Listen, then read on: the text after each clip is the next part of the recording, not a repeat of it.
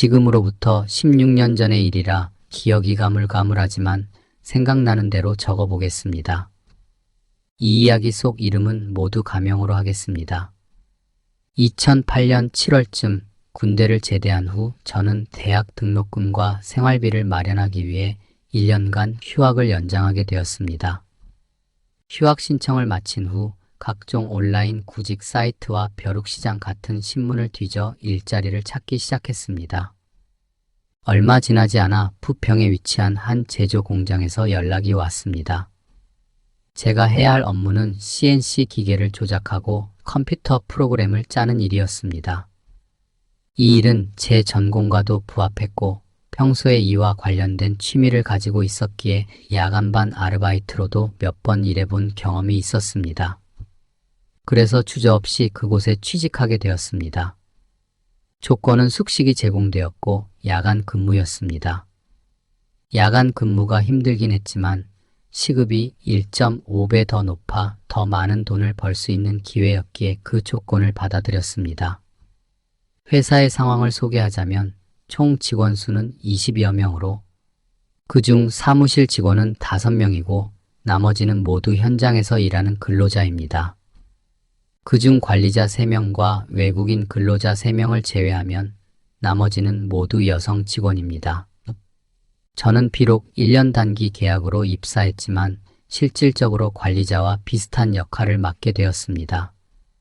왜냐하면 기계 프로그램을 다룰 수 있는 사람은 관리자 3명을 제외하고 저뿐이었기 때문입니다. 차장님과 과장님 2분이 교대로 야간 근무를 맡아왔지만 제 실력을 확인하신 사장님은 2분을 모두 주간 근무로 전환하셨고 가끔 아주 중요한 작업을 해야 할 때만 야간 근무를 하면서 감독하게끔 하셨습니다. 이는 관리자들을 배려한 결정이었습니다. 야간 근무를 장기간 하게 되면 수면의 질이 떨어지고 피로도가 쌓이기 때문이죠.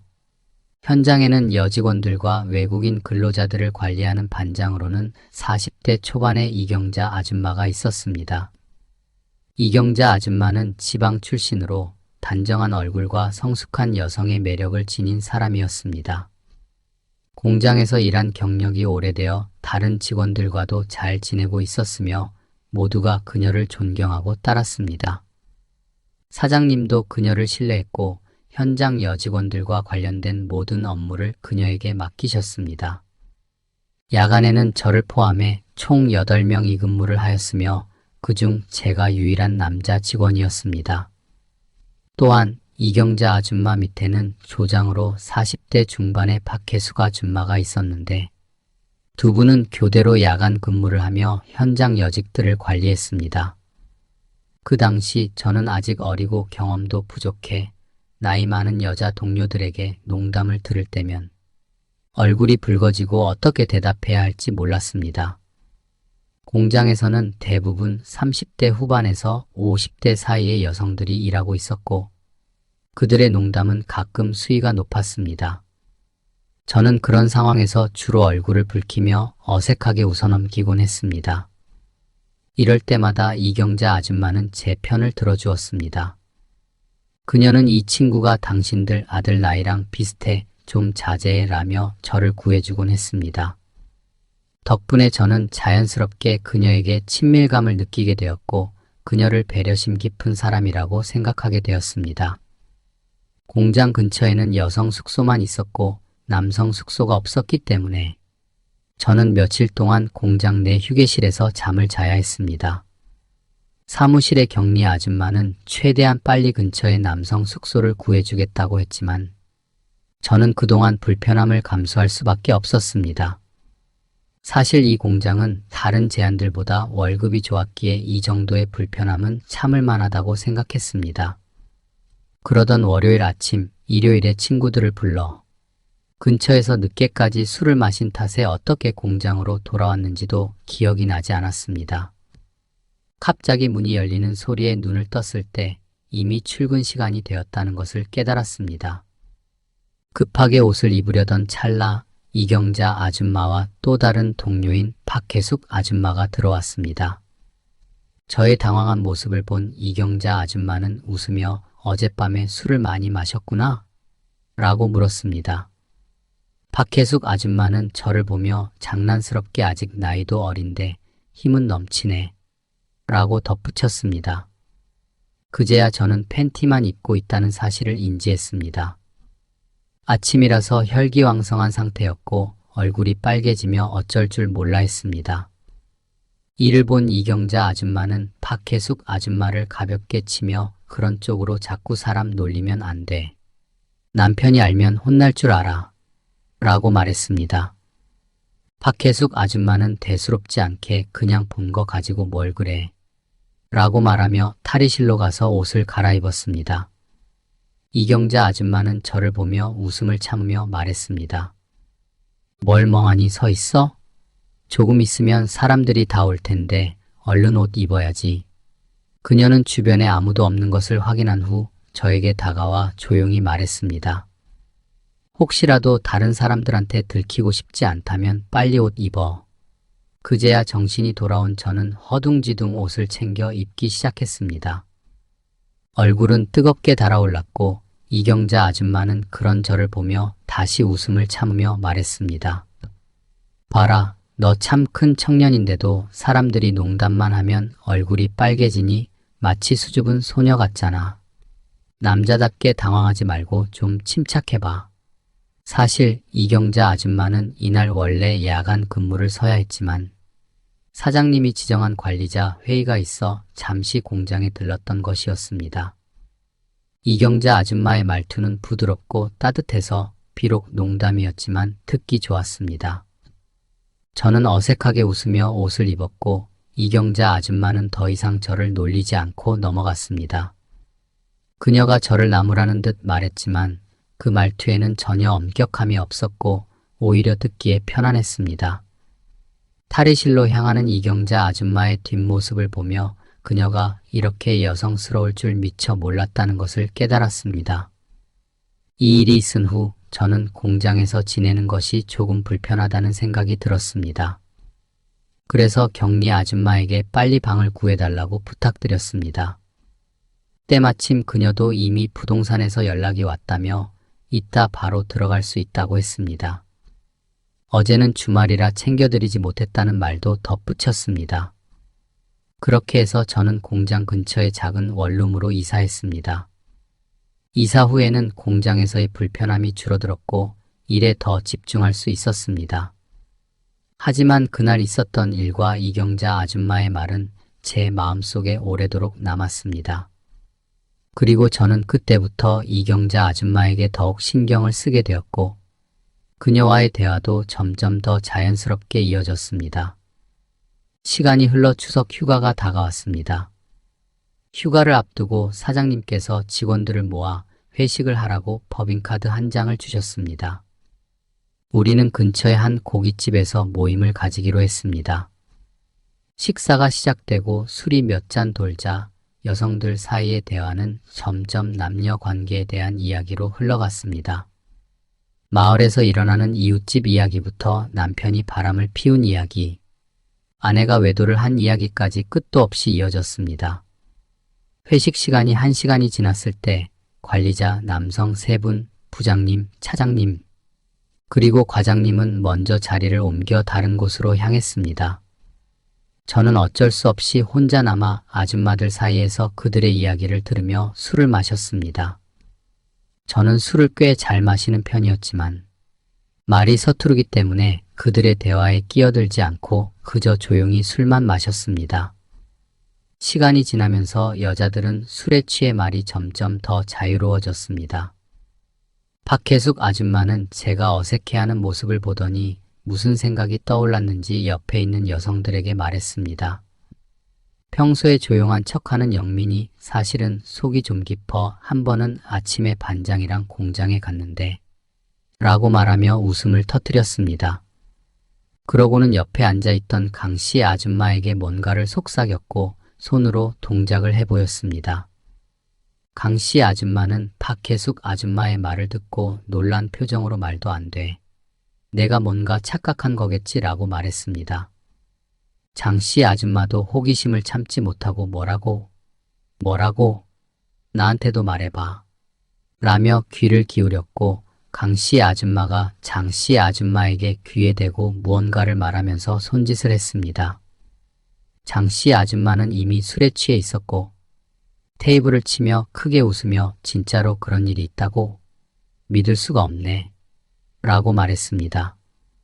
저는 상황을 이해하지 못해 어리둥절해하고 있었는데 갑자기 장씨 아줌마가 손을 제 허리 쪽으로 뻗어왔습니다. 저는 깜짝 놀라며 그만하세요. 술을 너무 많이 드셨어요. 라고 말하며 장씨 아줌마의 손을 잡아 멈추려 했습니다. 제 몸은 뒤로 물러났고 주변에서는 웃음이 터져 나왔습니다. 강씨 아줌마는 장씨 아줌마를 도우려는 듯 제 쪽으로 밀치며 이봐, 젊은 청년이니까 무슨 일이 있을까봐 겁낼 필요 없어 라고 말했습니다. 상황이 점점 과열되어 갈 때 이경자 아줌마가 다가와 그들의 손을 떼며 말했습니다. 됐어, 술도 많이 마셨고 이제 그만들 해.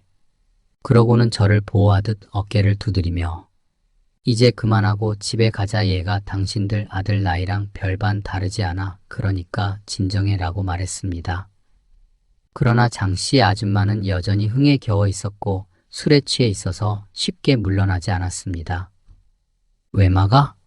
뭐 큰일 나는 것도 아닌데 라고 말하며 계속 장난을 치려 했습니다.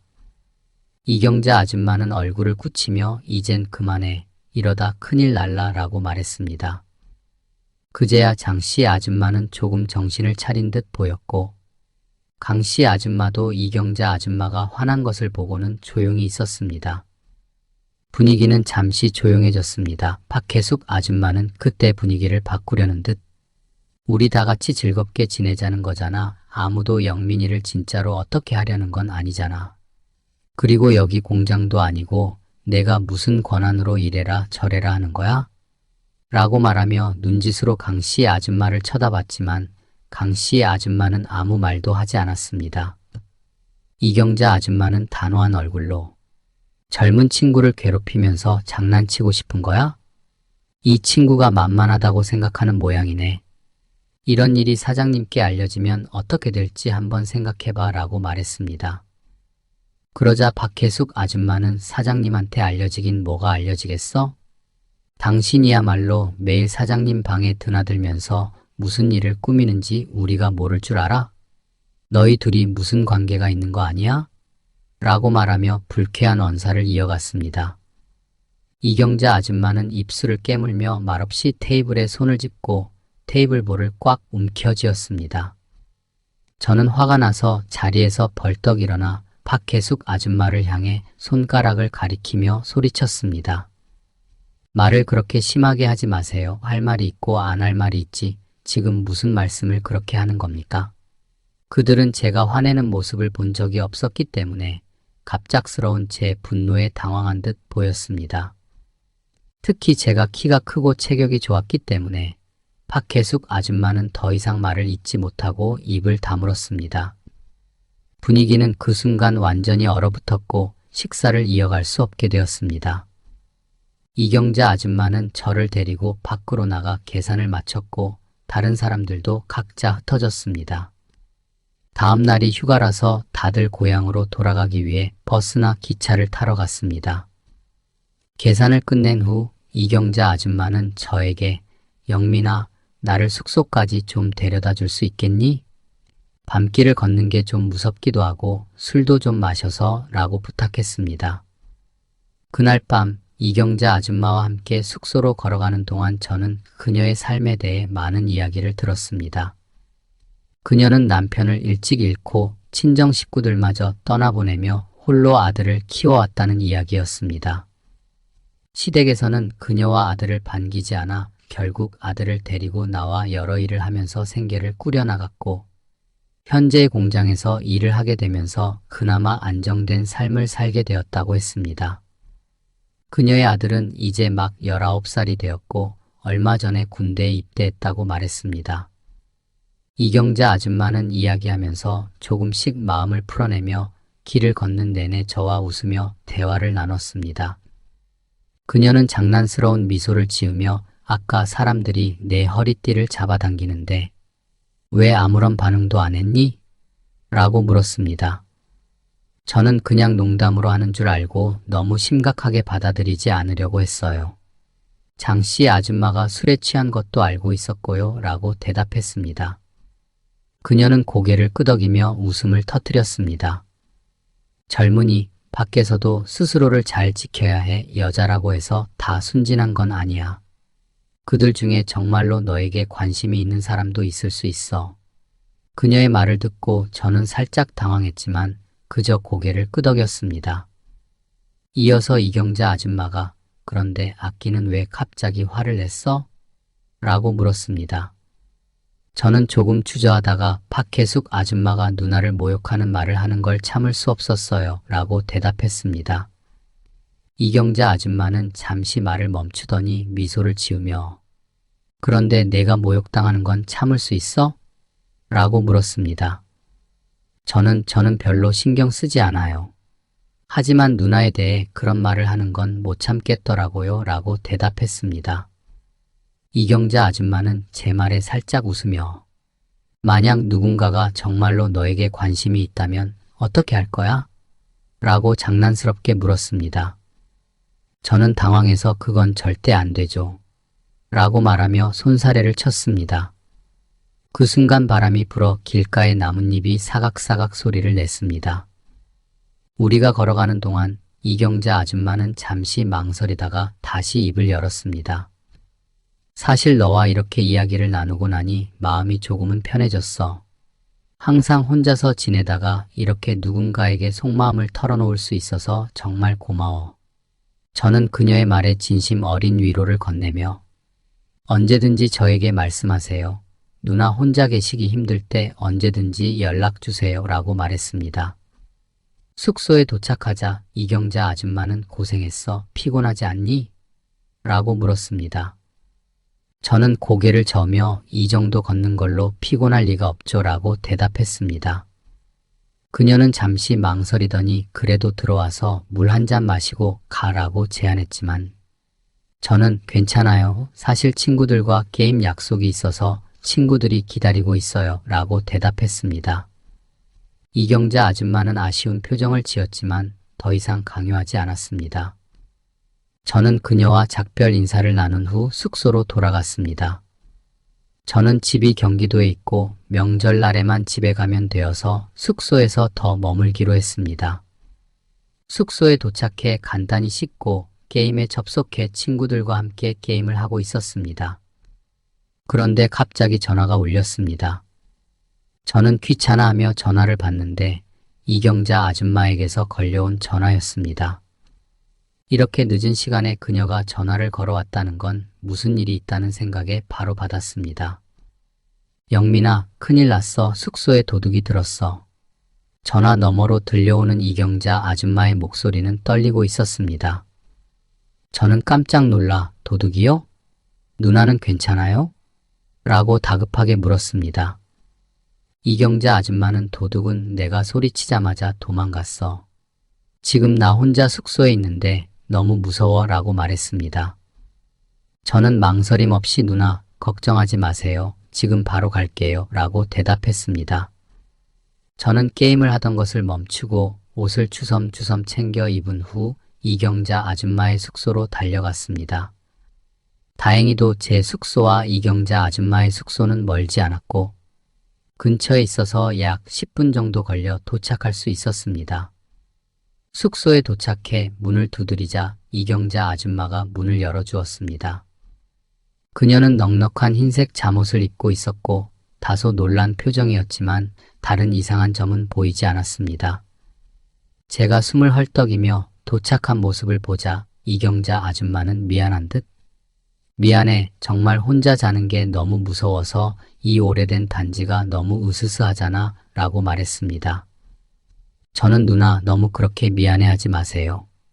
누구라도 이런 상황이면 무섭지 않을 수 없죠.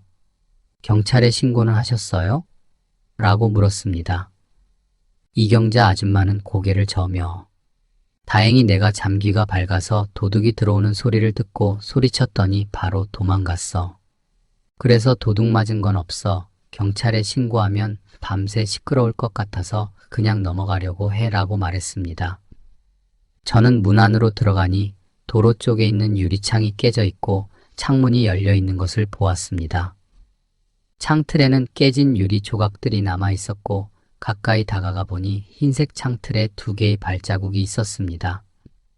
저는 속으로 지금 시대에 이런 도둑이 아직도 있나라고 생각했습니다. 이경자 아줌마는 제가 창문을 유심히 살피는 것을 보고 아마 이 주변 도둑일 거야. 이곳이 공장 숙소라는 걸 알고 이제 휴가라 오늘은 아무도 없을 거라고 생각했나 봐라고 말했습니다. 저는 그녀의 말이 맞다고 생각하며 누나, 오늘 밤 제가 여기 남아서 같이 있어 드릴게요 라고 제안했습니다. 이경자 아줌마는 기뻐하며 정말 고맙네.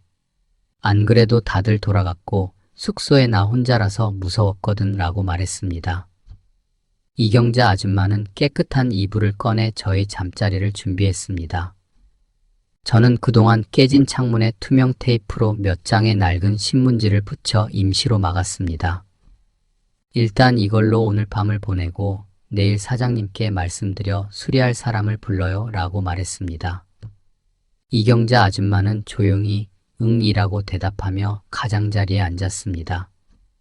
그녀는 다소 느긋한 자세로 벽에 기대어 앉아 있었고 마음이 편안해진 듯 보였습니다. 그녀는 저에게 고마운 마음을 전하려는 듯 조용히 속상이었습니다. 영민아, 정말 고마워. 오늘 내가 없었으면 정말 혼자서 견디기 힘들었을 거야. 그녀는 한쪽 발을 접고 두 손으로 무릎을 감싸 안고 있었습니다. 다른 다리는 잠옷 밖으로 나와 있었습니다.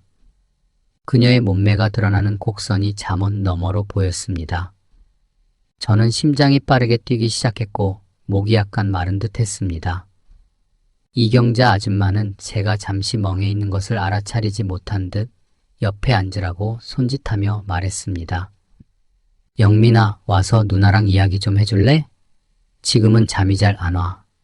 그러면서 무심코 다리를 가볍게 흔들었습니다.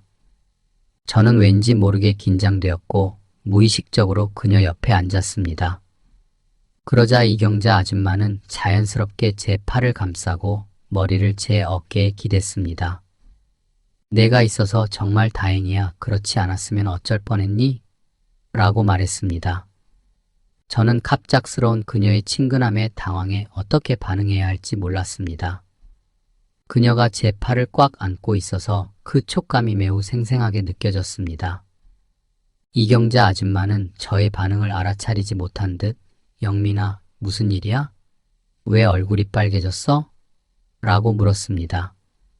저는 서둘러 아무것도 아니에요 라고 대답했습니다. 저는 키가 180cm로 앉아 있어도 160cm인 이경자 아줌마보다 훨씬 컸습니다. 고개를 돌려 그녀를 보자 잠옷이 살짝 열려 있었고 속옷은 입지 않고 있었습니다. 순간적으로 어지러움을 느낀 저는 급히 시선을 돌렸지만 머릿속에는 여전히 그 이미지가 남아 있었습니다. 심장이 더욱 빠르게 뛰기 시작했고 몸의 일부가 제어되지 않는 듯한 느낌이 들었습니다. 저는 일어나려고 했지만 마음 속 깊은 곳에서는 그 자리에 머물러 있으라는 목소리가 들렸습니다. 이경자 아줌마의 포옹과 그녀의 성숙한 향기가 제 마음을 흔들었고 그 감정이 마음 속 깊이 자리 잡아 저를 더욱 긴장하게 만들었습니다. 이경자 아줌마는 고개를 들어 나를 바라보며 미소를 지으며 물었습니다. 영민이, 너 아직 여자친구 사귀어 본 적 없지? 저는 당황해서 말을 더듬으며 누나, 어떻게 알았어요? 라고 물었습니다. 그녀는 장난스럽게 웃으며 너 봐봐. 온몸이 긴장해서 떨리고 있잖아. 참을 수 있어? 라고 말했습니다. 이경자 아줌마의 말은 직접적이었지만 이번에는 부끄러움보다는 묘한 감정이 느껴졌습니다. 저는 순간적으로 감정이 치솟아 갑자기 몸을 돌려 이경자 아줌마의 허리를 감싸 안았습니다. 이경자 아줌마는 깔깔 웃으며 이 녀석 누나를 놀리려고 하네? 라고 말했지만 정작 저는 제 행동에 놀라 당황했습니다. 그때까지 어떤 여자에게도 이렇게 행동해 본 적이 없었기에 순간적으로 멈춰섰습니다.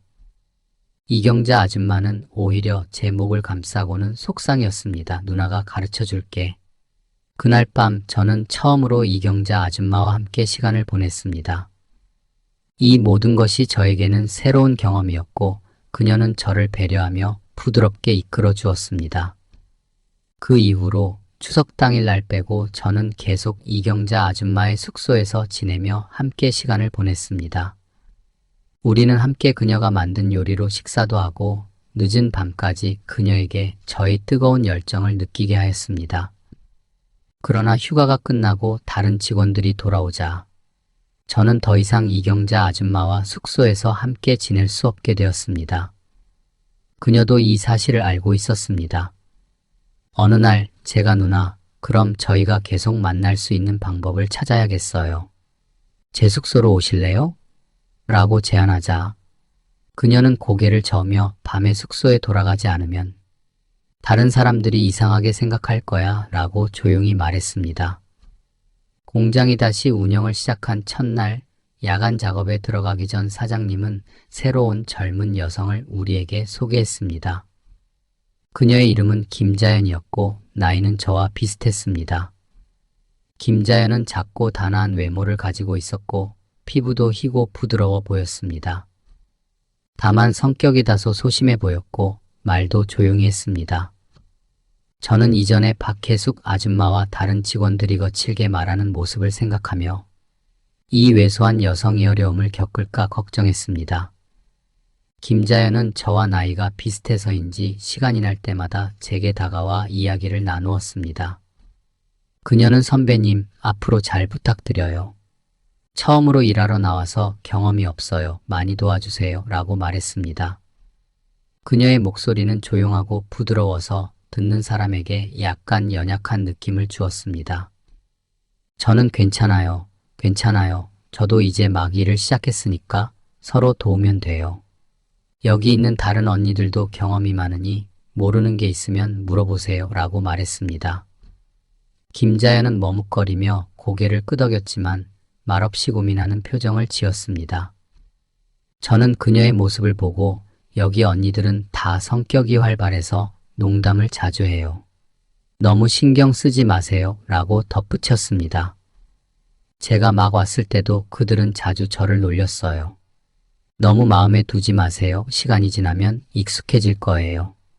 김자연은 네 하고 짧게 대답하고는 더 이상 말을 하지 않았습니다. 우리 회사는 전자제품의 부품을 가공하고 조립하는 회사로 여러 파트로 나누어져 있었습니다. 여자 직원들은 주로 조립 쪽에서 일했으며 가공 쪽에서는 부품을 기계에 넣고 빼고 버튼을 누르는 작업을 주로 했습니다. 그러나 이 작업도 만만치 않았습니다. 제품에 금속 부품이 많아서 상자의 부품이 쌓이면 무게가 상당했기 때문입니다. 김자연 같은 신입에게는 이러한 일이 상당히 힘들었습니다. 특히 그녀처럼 체구가 작은 여성에게는 더욱더 어려운 일이었죠. 그런데도 박혜숙 아줌마는 자신의 일을 김자연에게 떠넘기고 있었습니다. 저는 그 모습을 보고 도저히 참을 수 없었습니다. 어느 날 김자연이 힘겹게 상자를 옮기고 있는 모습을 본 저는 결국 박혜숙 아줌마에게 다가가 말을 걸었습니다. 조장님, 이 많은 물건을 왜 김자연 혼자 시키세요? 제가 단호한 목소리로 물었습니다. 박혜숙 아줌마는 크게 목소리를 높이며 대답했습니다. 김자연이 새로 왔으니 여러 가지를 배워야 하잖아. 이것저것 다 해봐야 빨리 우리 일을 모두 알 수 있지. 저는 그 말을 듣고 화를 참지 못하고 다시 말했습니다. 아니, 기계를 봐야 하는데 정신없이 이 일 저 일 하다 보면 실수할 수 있어요. 제품에 문제가 생기면 어떡하죠? 새로운 분이 혼자 기계 2대를 관리하는 것도 버거울 텐데 3대까지 넘기면 문제 생기면 책임지실 건가요? 박혜숙 아줌마는 잠시 말문이 막힌 듯 저를 쳐다보다가 내가 맡은 일이니 내가 알아서 할게 라고 대답했습니다. 저는 단호하게 이어갔습니다. 저와도 연관이 있어요. 야간에 혼자 모든 기계를 관리해야 하는데 기계에 문제가 생기면 큰일이죠. 자연 씨에게 너무 많은 부담을 주지 말아주세요. 그렇게 박혜숙 아줌마와 한바탕 말다툼이 벌어졌고 결국 저는 사람을 다시 배치하도록 조정했습니다. 그날 이후 저는 김자연에게 직접 다가가 말을 걸었습니다. 자연 씨, 너무 힘들면 언제든 말해요. 무리하지 않게 잘 조절하면서 일하는 게 중요해요. 김자연은 고개를 숙이며 작게 대답했습니다. 네, 선배님 감사합니다. 저는 미소를 지으며 김자연을 격려했습니다. 혼자 다 떠안으려고 하지 마세요. 도울 수 있는 사람이 많으니까요. 그 다음 주가 되자 이경자 아줌마와 같은 시간대에 일하게 되었고 서로의 존재가 일하는 동안에도 큰 힘이 되었습니다. 퇴근 후에는 저희만의 시간을 보낼 수 있었기 때문에 저는 이 시간이 항상 기다려졌습니다. 그날 아침 일을 마치고 퇴근하던 중 저는 이경자 아줌마에게 제 숙소로 오라고 초대했습니다. 그녀는 잠시 망설이더니 결국 저희 초대를 받아들였습니다. 숙소에 도착하자마자 저는 장난스럽게 그녀에게 손을 뻗었습니다. 이경자 아줌마는 웃으며 이봐, 이렇게 서두르지 마, 조금 여유를 가져 라고 말했지만 그녀도 저를 향해 손을 내밀며 장난을 받았습니다. 우리는 서로를 장난스럽게 밀치며 옷을 벗기려 하였고 결국 함께 시간을 보냈습니다. 그 후 우리는 나란히 누워 있었습니다. 이경자 아줌마는 아직도 얼굴에 붉은 기운이 남아 있었고 만족스러운 표정으로 눈을 감고 있었습니다. 그러다 갑자기 그녀가 물었습니다. 너 며칠 전에 왜 김자연을 도와줬어? 너 원래 그렇게 다른 사람 일에 신경 쓰는 성격 아니었잖아. 저는 잠시 멈칫하며 생각에 잠겼습니다. 박혜숙 아줌마가 부당하게 대하는 걸 보니 참을 수 없었어요. 지난번에 당신에게 했던 말도 생각나서 화가 나더라고요. 이경자 아줌마는 제 말을 듣고 미소를 지으며 저를 힐끔 쳐다보며 말했습니다. 너 혹시 그 젊은 아가씨를 마음에 두고 있는 것 아니야? 저는 그녀의 말을 듣고 웃으며 이경자 아줌마의 허리를 감싸 안고 장난스럽게 대답했습니다. 이 말에서 질투 냄새가 나는 것 같은데요? 누나, 질투하는 거예요? 이경자 아줌마는 가볍게 제 손을 치며 에이, 누가 질투한대? 나 질투할 만큼 어린 것도 아니고 라고 말했지만 그녀의 눈빛에서는 장난스러운 질투심이 엿보였습니다. 저는 웃으며 그녀를 더욱 다정하게 껴안고 누나가 질투하니까 기분 좋은데요? 라고 말했습니다. 이경자 아줌마는 한숨을 쉬며 넌 정말 장난꾸러기야. 이제 너도 장난을 칠 줄 아는구나. 라고 말하며 장난스러운 표정을 지었습니다.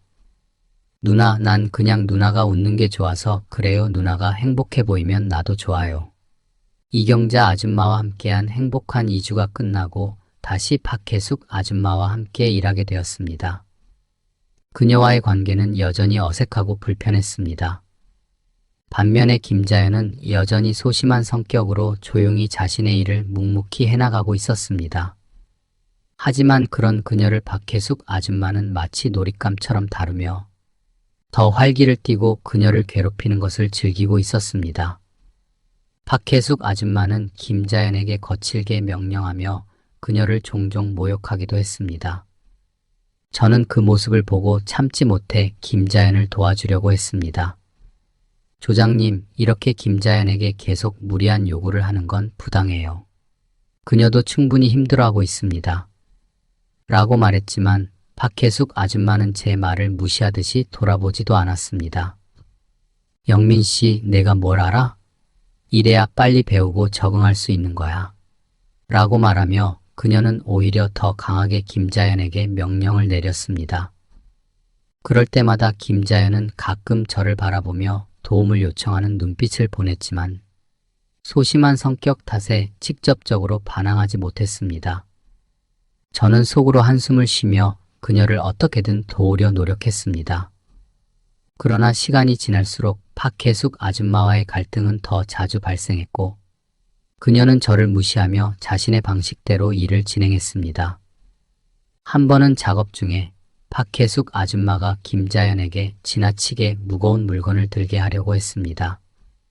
저는 그것이 너무 과하다고 생각하여 나섰습니다. 조장님, 김자연에게 그 정도의 무게를 맡기는 건 무리입니다. 다른 사람들과 협력해서 처리해야죠. 라고 강하게 말했습니다. 박혜숙 아줌마는 비웃으며 대답했습니다. 너무 예민하게 군에 이런 일도 못하면 여기서 일할 수 있을 것 같아? 라고 쏘아붙였습니다. 상황은 점점 심각해져 갔고 갈등이 폭발하기 일보 직전까지 가기도 했습니다. 그럴 때마다 김자연이 나서서 화해를 시도했고 가까스로 상황이 진정되곤 했습니다. 그녀는 항상 선배님들 다들 진정하시고 제가 더 잘해보겠습니다. 라며 두 사람 사이에서 중재를 하려 애썼습니다. 그러나 김자연의 소심한 성격 탓에 이런 노력은 근본적인 문제를 해결하지는 못했습니다. 며칠 후 어느 오후 사장님이 저를 사무실로 불렀습니다. 사장님은 저를 쳐다보며 직설적으로 물었습니다. 영민 씨, 내가 듣기로는 박혜숙 조장이 새로운 직원들을 괴롭힌다고 하던데 사실인가? 저는 잠시도 망설이지 않고 대답했습니다. 네, 맞습니다. 박혜숙 조장은 자주 작업 지시를 따르지 않고 다른 사람들을 불편하게 만듭니다. 이로 인해 전체적인 업무 효율에도 영향이 있습니다.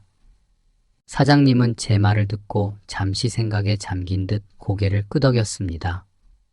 알겠네. 영민 씨, 그럼 김자연에 대해서는 어떻게 생각하나? 갑작스러운 질문에 저는 순간적으로 당황했지만 곧 답을 했습니다. 김자연은 일을 할 때 정말 성실하고 다른 사람들과의 갈등을 피하려고 노력합니다. 모든 일을 잘 마무리할 수 있도록 협조하는 편입니다. 하지만 체력이 약해 보여서 앞으로 더 신경 써야 할 것 같습니다. 사장님은 제 말을 듣고 짧게 그렇군이라고 대답하며 저를 돌려보냈습니다. 상황이 그렇게 끝났지만 저는 여전히 박혜숙 아줌마와의 갈등이 해결되지 않아 불안한 마음을 감출 수 없었습니다. 며칠 후 작업 현장에서 박혜숙 아줌마와 다시 마주쳤을 때 그녀는 여전히 고집을 부리며 김자연을 괴롭히려 했습니다. 저는 다가가서 부드럽게 말했습니다. 조장님, 사장님도 김자연의 상황을 알고 계세요. 우리 모두 조금 더 협력하면서 일합시다. 그러나 박혜숙 아줌마는 여전히 적대적인 태도로 너나 잘해, 내가 알아서 할 테니까 라며 저를 밀어냈습니다. 결국 저는 김자연에게 다가가 너무 힘들면 꼭 나한테 말해, 내가 도울 수 있는 건 도와줄게 라고 말했습니다. 김자연은 고개를 끄덕이며 네, 감사합니다 라고 조용히 대답했습니다. 그 주의 일요일이었습니다. 이경자 아줌마와 저는 늘 일요일만 되면 연인처럼 붙어 지냈습니다. 이경자 아줌마는 다시 핑계를 대고 숙소에서 나와 제 숙소로 찾아왔습니다. 우리는 또다시 함께 시간을 보내며 서로에게 빠져들었습니다. 이후 저는 이경자 아줌마의 허리를 감싸 안고 침대에 누워 있었습니다. 그때 이경자 아줌마가 갑자기 물었습니다. 사장님이 너한테 뭐라고 하셨어? 저는 그녀가 그 질문을 꺼내자 맞다, 나도 그 얘기를 하려고 했어. 사장님이 나한테 박혜숙 아줌마에 대해 물어보더라고 라고 대답했습니다. 이경자 아줌마는 갑자기 흥미를 보이며 제 팔을 가볍게 치면서 빨리 말해봐 라며 물었습니다. 저는 웃으며 사장님에게 했던 말을 그녀에게 그대로 전했습니다. 그리고 이건 누나가 사장님께 말씀드린 건 맞지? 라고 물었습니다. 이경자 아줌마는 맞아. 박혜숙 조장이 너무 지나쳐서 내가 사장님께 말씀드렸어. 지시도 따르지 않고 자주 화를 내서 다른 사람들이 불편해하고 있어 라고 대답했습니다. 그러나 저는 여전히 의아해하며 그런데 사장님께서 김자연에 대해서도 자세히 물어보셨어 라고 말했습니다. 이경자 아줌마는 그래. 그런데 왜? 김자연은 왜 자꾸 언급해? 라고 말하며 다소 짜증을 냈습니다. 저는 그녀의 표정을 살피며 부드럽게 대답했습니다. 누나, 그냥 내가 궁금해서 물어본 거야. 사장님이 김자연 얘기를 하셔서 나도 신경이 쓰였거든. 하지만 걱정하지 마, 나는 누나만 신경 쓰고 있어. 그녀는 여전히 마음이 풀리지 않은 듯 잠시 침묵을 지켰습니다. 하지만 곧 미소를 지으며 다시 제 옆에 다가왔습니다. 알았어. 그럼 너무 깊이 생각하지 마. 그냥 우리 할 일만 잘하면 돼. 저는 고개를 끄덕이며 그녀를 안아주었습니다. 맞아. 이제 다른 건 신경 쓰지 말고 우리만의 시간에 집중하자. 그녀는 제 팔을 잡으며 부드럽게 웃었습니다. 이경자 아줌마는 종종 김자연에 대한 이야기가 나올 때마다 다소 불편한 표정을 짓곤 했습니다. 그럴 때마다 저는 최대한 상황을 부드럽게 풀어가며 그녀와의 관계를 유지하려고 노력했습니다.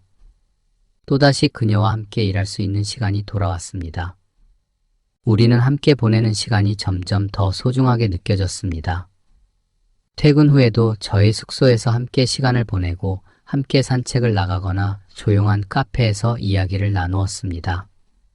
이경자 아줌마와 함께 있을 때면 시간도 금방 지나갔고 저는 그녀와의 시간이 점점 더 특별하게 느껴졌습니다.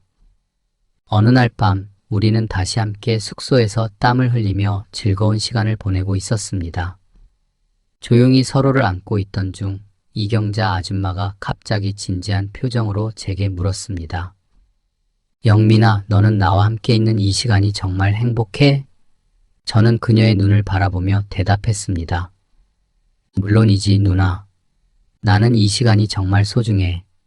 그녀는 잠시 말을 멈추고 제 얼굴을 어루만지며 속상해했습니다. 나도 그래. 하지만 가끔 너와 나 사이에 너무 많은 것들이 있다는 생각이 들어. 내가 널 붙잡고 있는 게 아닌가 싶어. 저는 그녀의 말을 듣고 그녀를 꼭 안으며 말했습니다. 누나, 그런 생각하지 마. 우리는 서로에게 필요한 존재야. 다른 사람들의 이야기는 중요하지 않아. 지금 우리만 생각하자. 그녀는 가볍게 웃으며 그래, 내 말이 맞아. 앞으로도 우리 둘만의 시간을 계속 만들어가자. 라고 말하며 저를 꼭 안아주었습니다. 다들 아시겠지만 2008년도는 진짜 힘든 시기였습니다. 2008년은 전 세계적으로 경제 위기가 발생한 시기로 한국도 경제적으로 큰 영향을 받았습니다. 당시 공장이나 기업들이 경제적 어려움으로 인해 경영난을 겪으면서 인력 구조 조정을 하는 사례가 많아졌습니다. 제가 다니는 회사도 일이 줄어들었고 주야 교대하는 일도 없애고 주간 작업만 들어가게 되었습니다. 저도 많이 불안해하였습니다. 이때 제일 먼저 잘리는 1순위가 단기 계약인 저였기 때문입니다. 하지만 뜻밖의 소식이 들려왔습니다. 박혜숙 아줌마가 더 이상 출근하지 않았고 소문에 따르면 사장님이 그를 해고했다고 합니다. 그날 사장님의 사무실에서 크게 다툼이 있었다고 들었지만 사람들은 구조조정 당해서 본인 일자리를 잃을까봐 아무도 크게 신경 쓰지 않았습니다. 어느 오후 다른 직원들이 모두 퇴근한 후 저는 컴퓨터 앞에 앉아 프로그램을 짜고 있었고 김자연은 저를 도와주기 위해 남아 있었습니다. 저는 무심코 그에게 물었습니다. 너 요즘 계속 기분이 안 좋아 보이는데 무슨 걱정거리가 있어? 김자연은 잠시 저를 바라보다가 입술을 깨물며 머뭇거리다가 고개를 저었습니다. 그의 표정을 보고 저는 그가 뭔가 말하고 싶어 한다는 것을 알았습니다. 그래서 무슨 일이든 말해봐. 내가 도와줄 수 있는 건 도와줄게 라고 말했습니다. 김자연은 저의 끈질긴 물음에 결국 조심스럽게 말을 꺼냈습니다. 김자연은 조심스럽게 영민이 오빠, 내가 하는 말을 믿어줄 거예요? 라고 물었습니다. 저는 일단 무슨 일인지 말해봐 라고 대답했습니다. 김자연은 낮은 목소리로 저기 숙소에서 언니들이 자꾸 나를 괴롭혀요. 청소, 빨래 다 나한테 시켜요 라고 말했습니다. 저는 그 말을 듣고 깜짝 놀라. 정말 그런 일이 있었어? 왜 이경자 반장에게 도움을 청하지 않았어? 아니면 사장님께 말씀드렸어야지. 라고 물었습니다. 김자연은 이경자 아줌마의 이름이 나오자 놀란 표정으로 고개를 저으며 더 작은 목소리로 그 일을 시킨 사람이 바로 이경자 반장이에요. 반장님이 다른 사람들에게 시켜서 나를 괴롭히게 했어요. 그리고 만약 사장님께 알리면 나를 자르겠다고 협박했어요.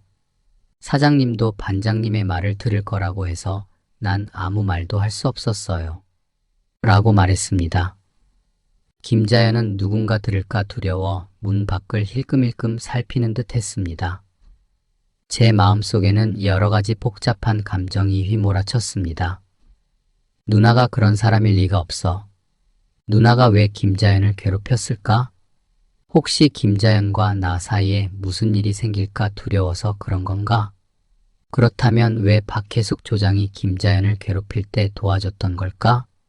혹시 박혜숙 조장을 내보내기 위해 김자연과의 갈등을 이용하려 한 걸까? 사장님은 왜 박혜숙 조장의 문제는 알았으면서 누나가 김자연을 괴롭히는 건 몰랐을까? 수많은 의문이 머릿속을 맴돌아 혼란스러웠습니다. 그때 김자연은 더 이상 참지 못하고 제 품에 안겨 흐느끼기 시작했습니다. 그녀는 제 허리를 감싸 안고 울면서 영민이 오빠 제발 날 도와줘요. 오빠 없으면 정말 어떻게 해야 할지 모르겠어요 라고 말했습니다. 저는 갑작스러운 상황에 당황하여 어떻게 반응해야 할지 몰랐습니다. 저는 한 번도 이런 상황을 겪어본 적이 없었기 때문에 그저 그녀의 등을 살짝 두드리며 걱정 마 오빠가 도와줄게 무서워하지 마 라고 말했습니다. 저의 말을 듣자 김자연은 마치 의지할 사람을 찾은 것처럼 더 깊이 제 품에 파고들었고 그의 손은 더 강하게 제 허리를 감싸 안았습니다. 저는 여전히 어떻게 해야 할지 몰라 김자연의 등을 두드리고 있었는데 갑자기 뒤에서 무언가 소리가 들렸습니다. 돌아보니 이경자 아줌마가 창백한 얼굴로 문가에 서 있었습니다. 그녀는 입술을 꽉 깨물며 저와 눈을 마주쳤고 아무 말 없이 몸을 돌려 빠르게 떠났습니다. 저는 그 자리에 멍하니 서서 그녀의 떠나는 모습을 바라보며 본능적으로 그녀를 따라가서 설명하고 싶었지만 김자연이 한 말이 떠올랐습니다. 누나가 나와 김자연 사이를 오해해서 상처받은 걸까? 아니면 내가 진실을 알게 된 것이 두려워서일까? 이런 생각들이 머릿속을 혼란스럽게 만들었습니다. 그 사이에 이경자 아줌마는 이미 멀리 떠나가 버렸고 저는 그저 그 자리에 서서 그녀의 뒷모습을 바라보며 혼란스러운 마음을 정리하려 했습니다. 그때 뒤에서 김자연의 조심스러운 목소리가 들렸습니다. 영민이 오빠, 이경자 반장님이 우리가 한 말을 들었을까요? 저는 고개를 돌려보니 김자연이 두 손으로 옷자락을 꽉 쥐고 고개를 푹 숙이고 있었습니다. 그의 얼굴이 거의 보이지 않았습니다. 저는 마음이 복잡하고 혼란스러웠으며 짜증도 나서 김자연을 위로할 여유가 없었습니다. 그저 걱정 마, 아마 못 들었을 거야 라고 말했습니다. 그리고 일을 서둘러 마친 뒤 이경자 아줌마를 찾으러 나가려 했습니다. 김자연은 저에게 먼저 나가라고 말하며 자신은 창고를 정리한 후 문을 잠그겠다고 했습니다. 저는 이경자 아줌마에게 여러 차례 전화를 걸었지만 그녀는 전화를 받지 않았습니다. 그래서 그녀의 숙소로 직접 찾아갔습니다. 숙소에 도착하자 장 씨의 아줌마가 저에게 이경자 아줌마가 돌아오지 않았다고 말했습니다. 저는 그냥 반장님이 부탁한 물건을 찾으러 왔어요. 라고 둘러대고는 자리를 떠났습니다.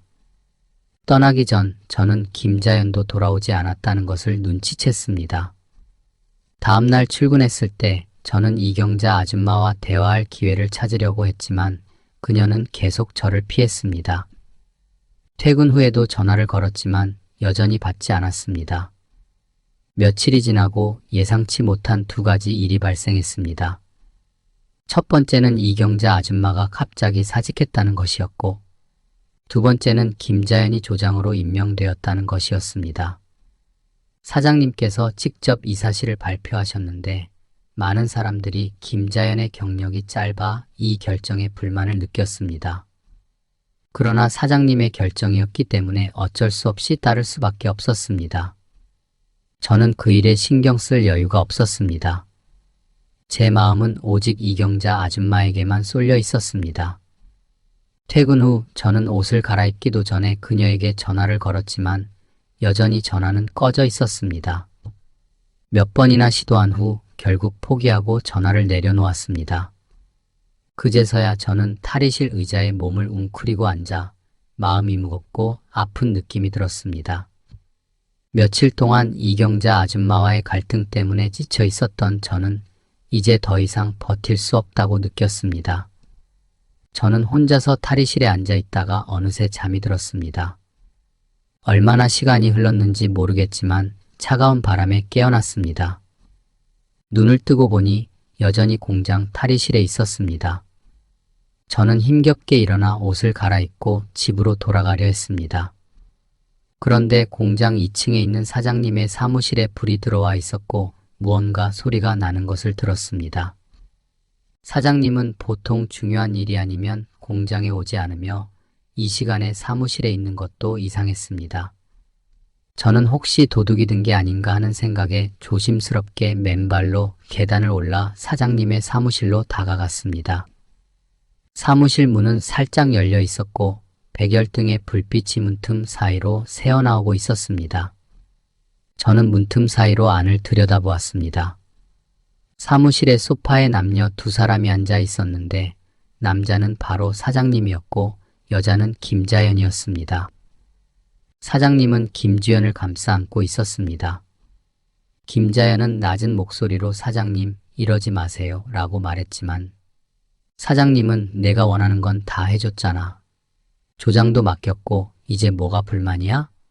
라고 말하며 계속해서 그녀를 달랬습니다. 김자연은 아니에요. 그냥 그들이 내 말을 안 들을까봐 라고 걱정스러운 듯 대답했습니다. 사장님은 웃으며 걱정 마. 내가 내 사람이니까 내가 다 막아줄게 라고 말하며 계속 그녀의 몸을 만졌습니다. 김자연은 얼굴이 붉어지며 사실 이경자 반장이 나한테 잘해줬는데 이렇게 하는 게 조금 미안해요 라고 말했습니다. 사장님은 이젠 사장님이라고 부르지 말고 오빠라고 불러 라고 말하며 행동은 더욱 과감해졌습니다. 그러면서 내가 이렇게 하지 않았으면 이경자가 그만둘 것 같아? 라고 말했습니다. 그는 김자연의 옷을 풀면서 계속해서 그들의 관계를 모를 거라고 생각했겠지만 난 다 알고 있었어. 공장에서 일어나는 일들을 난 다 지켜보고 있다고. 지금 회사 상황이 좋지 않아 사람 몇 명 더 잘라야 하는데 스스로 그만두면 얼마나 좋아 라고 말했습니다. 사장님은 김자연을 더 가까이 끌어안으며 앞으로는 내 말만 잘 들으면 넌 잘릴 걱정 없어 라고 말했습니다. 그 장면을 더 이상 보고 있을 수 없어서 저는 조용히 공장을 빠져나왔습니다. 모든 퍼즐이 맞춰졌습니다. 이 모든 것은 사장님이 뒤에서 계획한 것이었습니다. 그는 처음부터 저와 이경자 아줌마 사이의 일들을 알고 있었고 김자연을 이용해 이경자 아줌마를 내치기로 했던 것이었습니다. 사장님과 김자연 사이에는 이미 한참 전부터 어떤 일이 있었던 것입니다. 사장님은 김자연에게 거짓말을 하게 시켜 제가 이경자 아줌마를 의심하게 만들었던 것입니다. 그날 밤 저는 집으로 돌아와 침대에 누웠지만 잠을 이룰 수 없었습니다. 이경자 아줌마의 얼굴이 계속 떠올랐고 머릿속은 혼란스러웠습니다. 그녀에게 진심을 전하지 못한 것이 마음에 걸렸고 그녀가 왜 갑자기 떠났는지도 궁금했습니다. 다음 날 저는 사장님의 만류에도 불구하고 사직을 결심했습니다. 떠나기 전 김자연이 제 팔을 붙잡고 말리려 했지만 저는 그를 강하게 뿌리치고 떠났습니다. 김자연은 그 자리에 멍하니 서 있었고 얼굴이 창백해졌습니다. 그녀를 뒤로 한 채 저는 회사를 떠났습니다. 문을 나서는 순간 이경자 아줌마의 얼굴이 떠올랐습니다. 그녀가 저를 왜 떠났는지, 왜 연락이 두절되었는지 이해할 수 없었지만 그럴 수밖에 없었던 그녀의 입장도 이해가 되었습니다. 그 후 저는 다른 곳에서 새로운 일자리를 구했습니다. 그녀에게 여러 차례 전화를 걸어봤지만 그녀는 끝내 제 전화를 받지 않았습니다. 시간이 지나면서 그녀에게 하고 싶었던 많은 말들이 있었지만 이제는 더 이상 그럴 기회가 없을 것이라는 것을 깨달았습니다. 아마 그 아쉬움은 제가 평생 가져갈 수밖에 없게 된 것 같습니다. 오늘의 사연은 여기까지입니다. 재미있게 보셨다면 구독과 좋아요, 알림 설정 눌러주세요. 남편은 중소기업에 다니고 있습니다. 출장이 잦은 편이고 야근도 많은 사람이에요. 저는 성실하고 책임감 있는 남편의 모습에 반해 연애를 시작했습니다. 그리고 남편이 이혼남이라는 사실을 알았을 때에도 헤어지지 못했어요. 한참 사춘기인 나이에 요새 애들답지 않게 저를 보며 수줍게 인사하는 현우를 외면할 수 없었습니다. 성실한 남편과 함께 살면서 저 아들에게 행복을 느끼게 해줘야겠다는 생각을 했습니다. 남편은 재혼이고 저는 초혼이었어요. 결혼하고 나서 보니 남편은 업무에서 오는 스트레스를 술로 푸는 사람이었습니다. 저도 술을 좋아하는 편이에요. 결혼 전에는 남편과 술도 함께 자주 마셨는데 결혼을 하고 나니 남편은 밖에서 술을 마시고 들어올 뿐이었습니다. 남편은 회식을 하고 나면 겨우 집에 찾아오는 사람이었고 아들인 현우와 함께 남편을 부축해 침대에 눕혀주어야 했죠. 주사가 없는 것을 다행이라 여겨야 할까요? 현우는 저를 참 잘 따라주었습니다. 현우는 저에게서 외로움과 쓸쓸함을 느꼈던 것 같아요. 회사 일로 바쁜 남편을 대신해 집안일도 잘 도와주는 아들이었어요. 내가 낳은 아들은 아니지만 이런 아들이라면 5명도 키우겠다 생각했습니다. 현우는 중고등학교 때 별다른 말썽 없이 잘 자라주었어요. 제가 설거지를 할 때 옆에서 종알종알 얘기도 해주고 공부할 때를 빼고는 제 옆에 와서 친구들과 있었던 일을 얘기해줘서 가정주부의 무료함을 달랠 수 있었어요. 현우가 대학생이 되고 성인이 되니 사람 사이의 관계에 대해 뭔가를 아는 것 같더라고요. 어느 날 엄마랑 아빠는 부부라기보다는 가까운 친구 사이 같아 이렇게 말하는 현우를 보며 많이 컸구나 하는 생각이 들었습니다. 나이 차이가 많이 나고 무뚝뚝한 아빠를 선택하고 나를 키워줘서 고맙다는 말을 하는 현우에게 참 고마움을 느꼈습니다. 대학생이 된 현우는 자기 용돈은 자기가 벌어서 쓰겠다며 아르바이트를 하더군요. 솔직한 제 마음은 현우가 아르바이트를 하지 않았으면 하는 마음이었습니다. 집에 일찍 와서 저와 도란도란 얘기를 나누었으면 하는 마음이었죠. 그 대신 아르바이트가 끝나면 현우는 곧바로 집으로 와서 제 일을 도와주며 함께 시간을 보내주었습니다. 저도 언제인가부터 현우에게 제 속에 있는 모든 말을 하게 되더군요. 그리고 주말에는 현우와 영화도 보고 맛집도 찾아다니곤 했습니다. 극장에서 영화를 볼 때면 저는 자연스럽게 아들의 팔짱을 끼고 함께 영화를 봤죠. 저는 자연스럽게 신작 영화에 대해 알아보게 되었고 현우도 그 사실을 알게 되고는 엄청 기뻐했습니다. 영화를 보고 나면 우리는 팔짱을 끼고 분위기 좋은 카페에 가서 밤늦게까지 많은 얘기를 나누었어요. 그리고 현우는 군대에 입대를 하게 되었습니다. 현우가 군대에 있는 동안은 세상을 다 잃은 것 같이 지냈어요. 그리고 2년 후 현우는 전역을 했고 어느새 현우는 대학 졸업반이 되었습니다. 처음으로 현우에게 엄마 같은 잔소리를 했어요. 이제 곧 졸업하고 직장도 잡혔는데 사귀는 아가씨는 있니? 저의 질문에 엄마 내가 무슨 여자한테 관심이 있겠어? 엄마가 있는데 생글생글 웃으며 이렇게 말하는 아들에게 너무 큰 감동을 받아 눈물이 나려는 걸 억지로 참았습니다. 저는 아무 말도 못하고 베란다 창밖을 내다볼 수밖에 없었어요. 현우는 뭔가를 감지했는지 조용히 있더군요. 저는 눈물이 흘렀고 현우는 제 어깨를 두드려주며 손으로 제 눈물을 닦아주었습니다. 나는 현우에게 내가 잘못했나 봐. 내가 현우한테 너무 집착을 하게 된 것 같아. 엄마가 외로웠나 봐. 이해해 줄 수 있니? 현우는 말없이 고개를 끄덕였습니다. 그러면서 현우는 저를 안아주었습니다. 저는 흐느껴 울고 있었어요.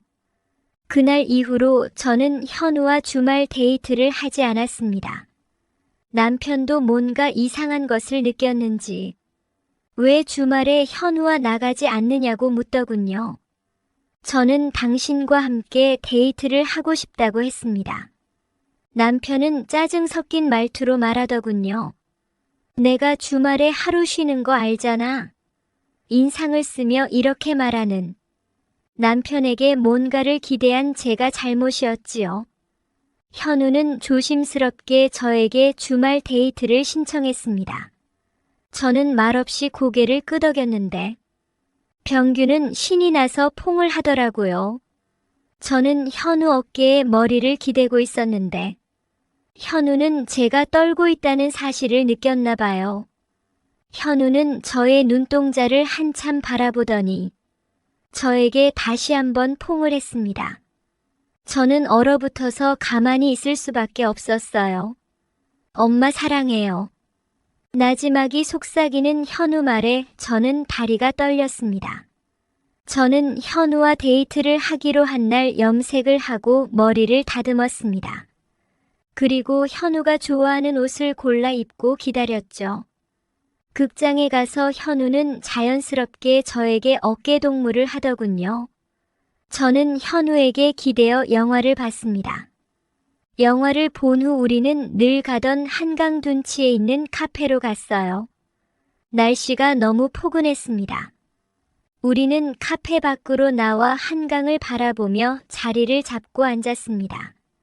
현우의 어깨에 기댄 저에게 현우가 귓속말로 엄마 오늘 너무 예뻐요. 이렇게 말하는 것이었습니다. 저는 설레임 같은 것을 느끼고 말았습니다. 이러면 안 돼. 현우는 내 아들이나 마찬가지야. 이런 마음과 한편으로는 현우가 나를 안아주었으면 하는 마음이 속에서 치열하게 싸우고 있는 것도 느껴졌습니다. 이제 갈까? 너무 늦었네. 이 말과 동시에 일어서는 현우는 저를 안아주었어요. 이렇게 밤새도록 안겨 있었으면 하는 생각뿐이었습니다. 집에 돌아오는 길에 차 안에서 현우는 제 손을 꼭 잡고 있었습니다. 손을 잡고 있다는 것만으로도 저는 가슴이 떨렸습니다. 집에 가는 길에 현우는 인적이 드문 곳에 차를 세우라고 하더군요. 화장실 급하니? 이렇게 물었더니 아니요, 다른 게 급해요. 그리고 현우는 저에게 한 번만 하자고 했습니다. 저는 어쩔 수 없이 병규를 받아들이고 말았어요. 차에서 불편하게 하고 싶지 않았습니다. 저는 현우를 손으로 만족시켜 주었죠. 현우 표정은 뭔가 불만이 있어 보였습니다. 저는 현우에게 귓속말로 집에 가서 편하게 하자. 현우 마음대로 하고 싶은 거 다 해도 돼. 이렇게 말하고 빙그레 웃으며 현우를 보았는데 현우는 놀람 반 기대 반의 표정을 하고 있었습니다. 집에 도착해서 보니 남편은 술에 취해 자고 있었습니다. 퇴근길에 회사 동료와 술 한잔하고 들어온다고 하더니 오늘도 만취가 되어 귀가를 했나 봅니다. 저는 씻고 오겠다고 말했지만 현우는 제 팔을 이젠 나도 몰라. 현우 씨 마음대로 해. 우리는 밤새도록 사랑을 나누었습니다. 그날 저는 방 천장까지 몇 번을 오르내렸는지 기억도 나지 않았어요. 현우는 저에게 사랑한다는 말을 참 많이 해주었습니다. 그때마다 저도 현우에게 사랑한다고 말했지만 저는 현우보다 사랑한다는 말을 더 많이 하고 싶었습니다. 남편의 부재를 채워준 나의 아들, 집안일을 도와주며 조잘되던 귀여운 모습의 현우에게 저는 마음을 뺏기고 말았나 봅니다. 판단력이 부족해서 현우는 그럴 수 있다고 생각합니다. 하지만 저는 어른이고 중년이 다 된 사람인데 그런 아들을 바로 잡아줄 생각을 하지 않았으니 제가 현우를 유혹한 것입니다. 제가 나쁜 엄마입니다. 새벽까지 일을 치르고 잠시 일어났을 때 현우도 잠에서 깨어난 듯 했습니다. 눈을 뜨지 못한 채로 웃는 표정을 짓는 현우가 너무도 사랑스러웠습니다. 다음 날은 남편도 쉬는 날이었어요. 아침 식사를 마친 남편은 집에서 혼자 쉬고 싶다는 말을 하더군요. 현우는 엄마, 아빠 집에서 혼자 쉬게 우리가 나가요 하더군요. 그러나 저는 몸이 너무 피곤했습니다. 어젯밤 새벽까지 현우 젊음을 채워주고 잠을 1시간 남짓 잤을 뿐이니 얼마나 피곤했을까요? 하지만 현우 말을 듣고 피로가 싹 날아가는 것 같았습니다. 저와 현우는 집 밖으로 나왔습니다. 그저 현우와 손을 잡고 걷는 것만으로도 좋았습니다. 현우가 저의 얼굴을 유심히 보더니 엄마 피곤해요? 이렇게 묻더군요. 아니 괜찮아. 제 말에 현우는 좀 쉬어야 하는 거 아니에요? 이 말을 듣고 저는 또 몸이 반응하기 시작했습니다. 어제 그렇게 오랜 시간을 현우에게 모든 것을 맡겼는데 또 반응이 오는 것을 보면 나도 아직 젊구나 하는 생각이 들어 기분이 좋았습니다. 저는 현우에게 쉴 곳을 가리키며 미소를 지었습니다. 현우는 환하게 웃으며 저의 손을 잡고 모텔로 들어갔어요. 저는 현우의 주머니에 돈을 넣어주었습니다. 방에 들어가자마자 저는 씻고 현우를 받아들일 준비를 하려고 했지만 전날과 같이 현우는 많이 급했습니다. 저는 현우의 요구를 다 들어줄 수밖에 없었죠. 일을 다 치른 후 저는 그대로 잠이 들었습니다. 몇 시간이 지났을까? 현우의 손길이 느껴져 잠이 스르륵 깨고 또 현우의 갈증을 채워주어야만 했습니다. 그날 집에 들어오자마자 저녁을 먹고 저는 기절하듯 잠이 들었어요. 다음 날 아침까지 자고 일어나 보니 남편은 이미 출근을 하고 집에 없었어요. 긴 잠을 자고 피로가 풀려 몸이 너무 개운했습니다. 오랜만에 제대로 일을 치른 것 때문에 개운한 것이었는지도 모르지요. 그 후로 현우와 알콩달콩 지냈습니다. 남편이 술에 취해 자고 있을 때는 현우 방으로 가서 즐거운 시간을 보내고 왔죠. 남편이 회사에 출근하고 현우와 둘이 집에 있을 때면 매일 현우와 사랑을 나누었습니다. 저는 지금 너무나도 행복합니다. 오늘의 사연은 여기까지입니다. 감사합니다.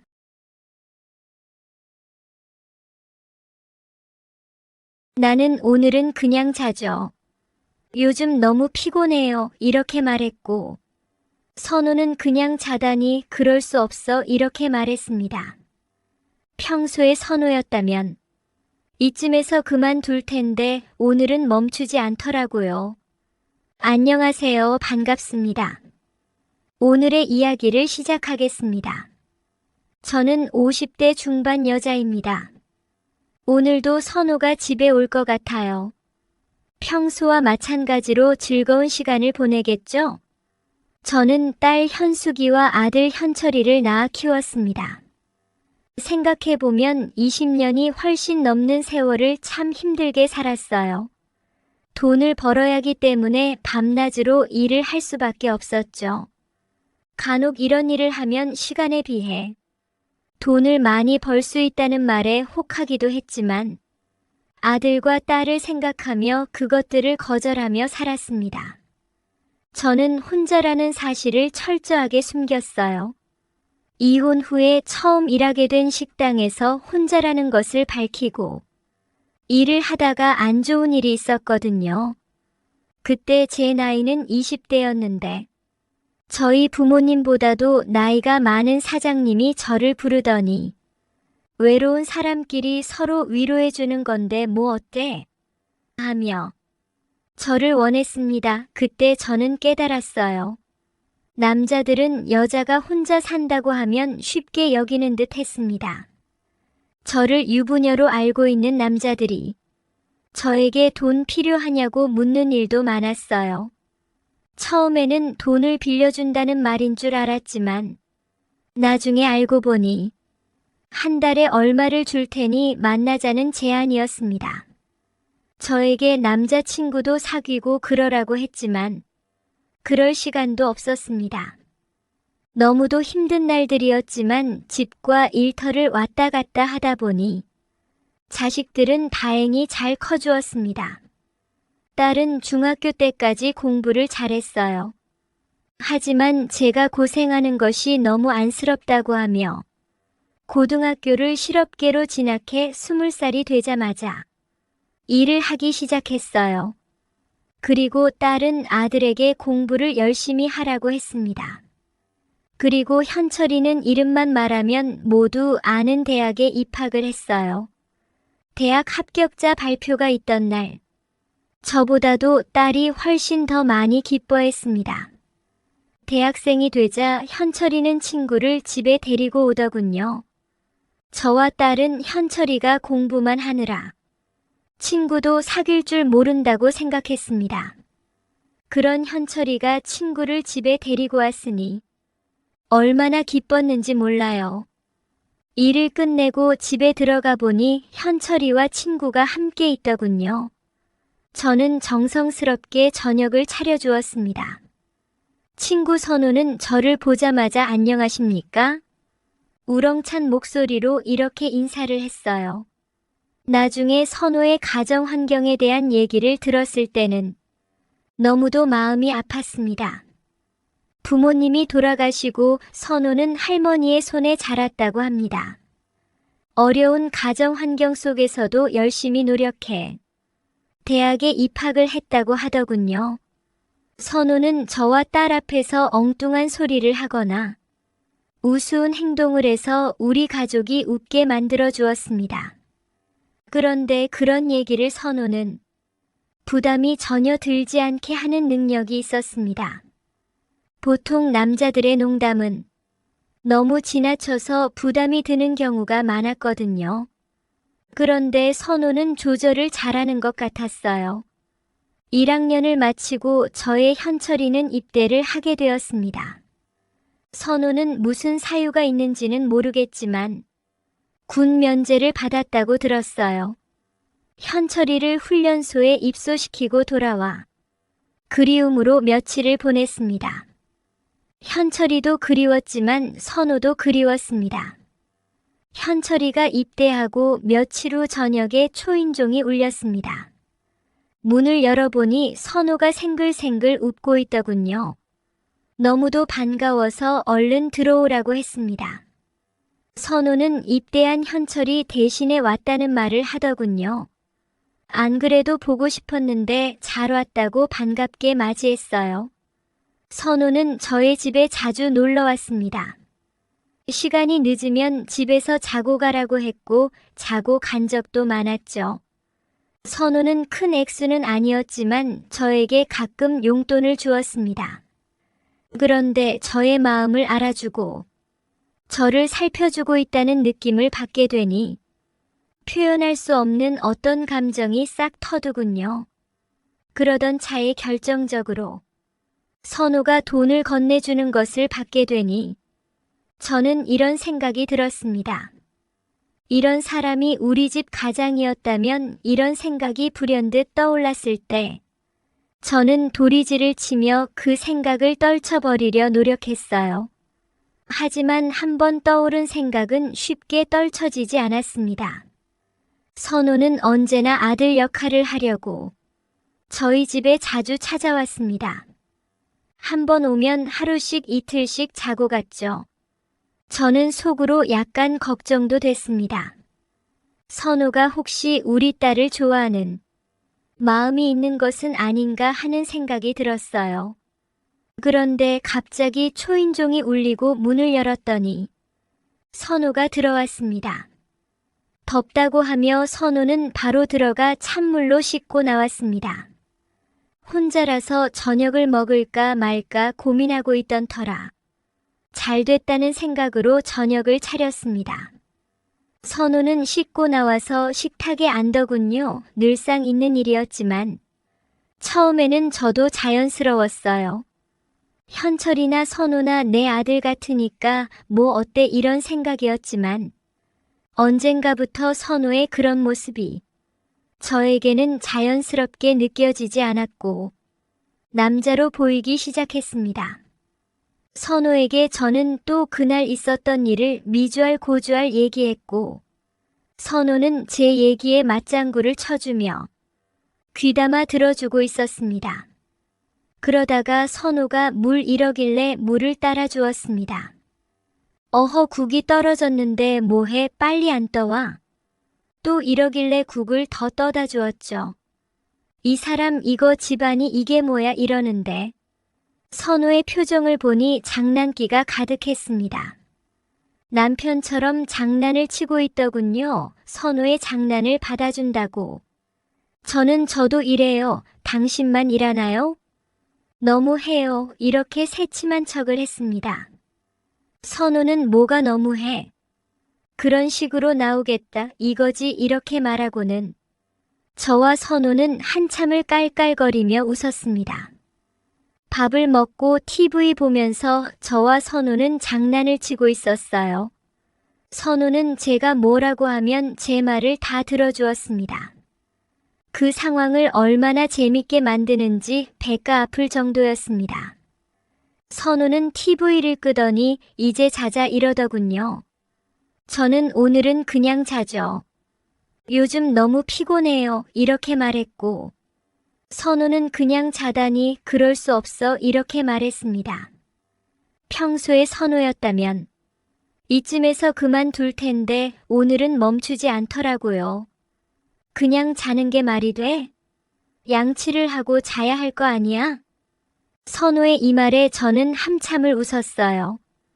양치를 하고 나와서 저는 방으로 들어가려 했습니다. 저는 안 와요? 하고 물었고 선우는 TV 좀 보다 자려고 했더니 알았어 참. 이러고는 방으로 들어가더군요. 그리고 저는 선우를 보고 있었습니다.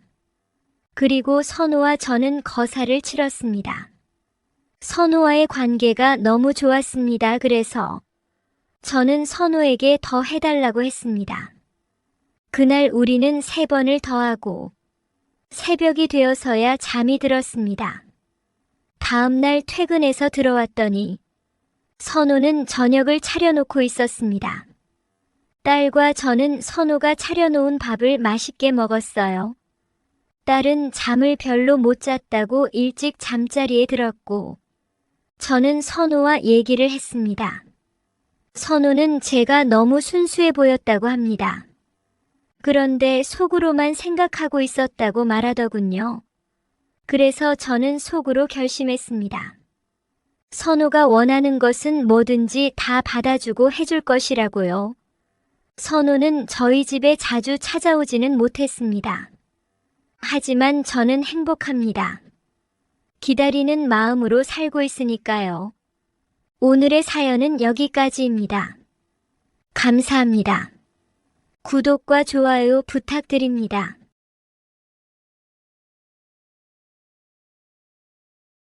아버님, 앞으로 아버님만 바라보고 살아갈 거예요.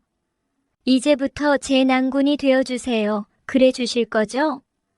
아버님이 미소 지으시며 말씀하시더라고요. 내가 원했던 게 바로 그거야.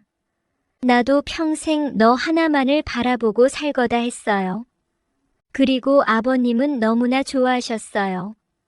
그날 아버님과 저는 오랫동안 참아왔던 것들을 그날 다 해결하며 즐거운 시간을 보냈습니다.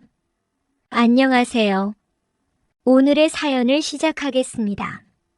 저는 그 당시 20대 후반으로 어느 중견 회사에 취직을 해서 열심히 일을 하고 있었는데 그 회사에 자주 오던 영업사원을 만나게 되었습니다. 발주 담당이 저였기 때문에 그 영업사원과 자주 보게 되다 보니 자연스럽게 가까워지기 시작했습니다. 그 영업사원은 저에게 관심 있어 하는 표현들을 많이 했었고 그래서 우리는 결혼할 사이가 되었습니다. 우리가 사귄 지 8개월쯤 되었을 무렵 남자친구는 자기 집안 이야기를 해주었어요. 형제가 둘인데 위에는 2살 많은 형이 있고 형은 결혼을 해서 아버지와 함께 아버지 댁에서 살고 있다고 했습니다. 어머님은 남편이 9살 때 돌아가셨다네요. 그리고 아버지는 적당히 돈을 쓰시면서 인생을 즐기며 사신다는 거예요. 저는 그 얘기를 듣고 오빠에게 말했습니다. 그럼 내가 아버님께 인사드리러 가면 나를 이뻐해 주실까? 이렇게 웃으며 말을 했더니 남자친구는 말하더라고요. 우리 아버지 앞에서는 말을 조심하도록 해, 알았지? 그러면서 시아버지의 재산에 대해 말을 꺼냈습니다. 아버지가 수십 년 전에 저렴하게 사놨던 논밭들이 관광단지로 개발되면서 땅 시세가 많이 올랐었거든. 그때 이익을 많이 남기셨고 지금은 500억 원대 부동산 갑부가 되셨다고 했어요. 현금도 상당히 보유하고 계시는데 문제는 자식들에게는 돈을 너무 아끼신다는 겁니다. 경제적 지원도 자식들 학비랑 결혼까지만 지원해 주시고 그 이후에는 자식들이 알아서 해야 한다고 아예 돈을 주지 않겠다고 하셨답니다. 저는 남자친구의 말을 듣고 머릿속으로 생각을 했습니다. 저희 집은 너무 가난했기 때문에 남자친구가 마음에 들지 않았지만 남자친구 아버지의 재산에 관심이 생기는 겁니다. 잘만 하면 제 인생도 바뀔 수 있겠다는 생각이 제 머릿속을 스쳐 지나갔습니다. 그래서 저는 남자친구와 결혼하기로 마음먹었고 남자친구 아버지에게 무조건 잘 보이기로 했어요. 그리고 시아버지에 대해서 조사해 보기로 했습니다. 저는 남자친구 집안 마트 사장님이 아버님의 친구분이시란 얘기를 듣고 그분께 시아버지에 대해 여쭤보러 찾아갔더니 아버님은 그것이 아주 건강한 사람이라고 하시는 겁니다. 그리고 저를 보시면서 이렇게 말했습니다. 그 친구가 딱 좋아하는 스타일이 바로 아가씨 같은 스타일이야 하더군요. 저는 얘기했습니다. 아, 저는 그 집 며느리가 될 사람이에요. 이렇게 말씀을 드리니 웃으시며 저에게 다가와 귓속말로 그러시더라고요. 며느리 하지 말고 그 친구 아직 한창인데 여자친구나 되어봐. 아마 자네 인생이 활짝 필 거네. 아니, 뭐 그냥 흘려들어도 되는 이야기니까. 너무 귀담아 듣진 않아도 돼. 내가 그랬다고 말하지는 말고. 저는 그 사장님께 좋은 정보 주셔서 감사하다고 인사를 하고 집으로 돌아왔습니다. 저는 그때 반지 하방에서 가족들과 같이 살고 있었는데 이렇게 저는 예비 시아버지에 대한 조사를 완벽하게 마쳤습니다. 저는 저의 생각대로 시아버지의 며느리가 되었다가 시아버지 옆자리로 가야겠다는 생각을 했습니다. 그리고 6개월이 흐른 뒤 남자친구 아버지는 막내 아들을 결혼시켜야겠다며 드디어 주말에 저를 집으로 부르셨습니다. 남자친구는 아버지를 만나려면 미리 좀 준비를 하라고 말을 해주었습니다. 저는 기다리고 기다리던 저의 생각을 실행시키기 위해서 준비를 철저히 했습니다. 머리 스타일과 옷을 시아버지께서 좋아하시는 대로 꾸미고 일주일 내내 피부 관리도 했어요. 모든 것은 시아버지께서 좋아하는 걸로 완벽히 준비를 끝마쳤습니다. 저는 날마다 그날을 기다렸습니다. 시아버지를 만나는 날까지 남자친구와 관계도 하지 않았습니다. 드디어 그날이 다가왔고 저는 남자친구와 차를 타고 집으로 갔는데 집은 3층 집이었고 어마어마하게 크더군요. 큰 며느리와 예비 시아버지 그리고 큰아들이 마당에 나와서 저를 기다리고 계셨습니다. 시아버지는 마음에 안 들면 인사도 안 하고 대화도 안 나누고 그냥 집으로 돌아가라고 하신다는 말에 너무 긴장이 되었습니다. 저는 차에서 내려 예비 시아버님께 최대한 상냥하게 귀여운 목소리로 인사를 드렸어요. 안녕하세요. 아버님 처음 뵙겠습니다. 박지미라고 합니다. 이렇게 인사를 드렸더니 그 순간에도 실수한 게 있나 머릿속이 바빴습니다. 바로 그때 시아버지는 뜻밖에도 환하게 미소를 지으며 말씀하셨습니다. 어서 와요. 오느라 고생이 많았어요. 우리 막내 아들한테 말은 많이 들었어요. 이어서 정말 예쁘네요. 자, 어서 들어가요. 저는 안도의 한숨을 내쉬며 대답했습니다. 네, 아버님 감사합니다. 그럼 실례하겠습니다. 예비 시아버지는 제 어깨에 손을 올리시고 집으로 안내해 주셨어요. 시아버지는 제가 너무 마음에 든다며 싱글벙글 하셨고 시선은 저를 계속 보시는 것 같았죠. 저는 그 기회를 놓치지 않고 다들 다른 곳을 보고 있는 사이 대담하게 나지막한 목소리로 아버님 귀에 대고 말했습니다. 마음 놓고 봐주세요, 아버님. 저 아버님 좋아하시는 옷으로 입고 와봤는데 마음에 드세요? 그리고 큰 목소리로 아버님 외모를 칭찬해 드렸습니다. 근데 아버님 정말 50대 맞으세요? 40대 초반으로 밖에 안 보이시는데요. 아버님은 굉장히 기분 좋아하시며 저를 식탁으로 안내하시더라고요. 아버님께서 기분 좋은 날이니 술을 가볍게 한 잔씩 하자고 하시더니 이렇게 말씀하셨어요. 난 오늘 인사 온 지미가 정말 마음에 드는구나. 하루빨리 결혼 준비하도록 해. 저는 갑작스런 허락 말씀에 뛸 듯이 기뻤지만 최대한 차분하게 말씀드렸어요. 저는 아버님께서 허락 안 해주시면 어쩌나 하고 인사 오기까지 정말 마음 졸였는데 이렇게 결혼 허락해 주셔서 감사드려요. 아버님을 만난 게 정말 큰 축복인 것 같아요. 제가 정말 잘할게요, 아버님. 아버님은 저에게 술을 따라주셨고 저는 아버님께서 따라주시는 술에 취해가고 있었습니다. 저는 첫 만남이라 실수를 안 하기 위해 어느 정도까지만 마시고 그 이상은 마시지 않았어요. 저는 아버님과 금방 친해졌고 또 가족들과도 가까워진 것 같았습니다. 그로부터 몇 달 뒤 남자친구와 저는 결혼식을 올리게 되었고 저희는 신혼여행을 다녀온 후 시댁에서 함께 살게 되었어요. 주말이 되면 남편은 자전거 타는 것을 좋아해서 동호회 사람들과 제주도 또는 강원도까지 자전거 여행을 다녔습니다. 1박 2일로 주말마다 갔어요. 그래서 혼자 있는 시간이 많다 보니 남편이 없을 때는 아버님의 권유로 같이 쇼핑도 하고 맛있는 음식도 먹고 등산도 하고 가끔 골프도 치곤 했어요.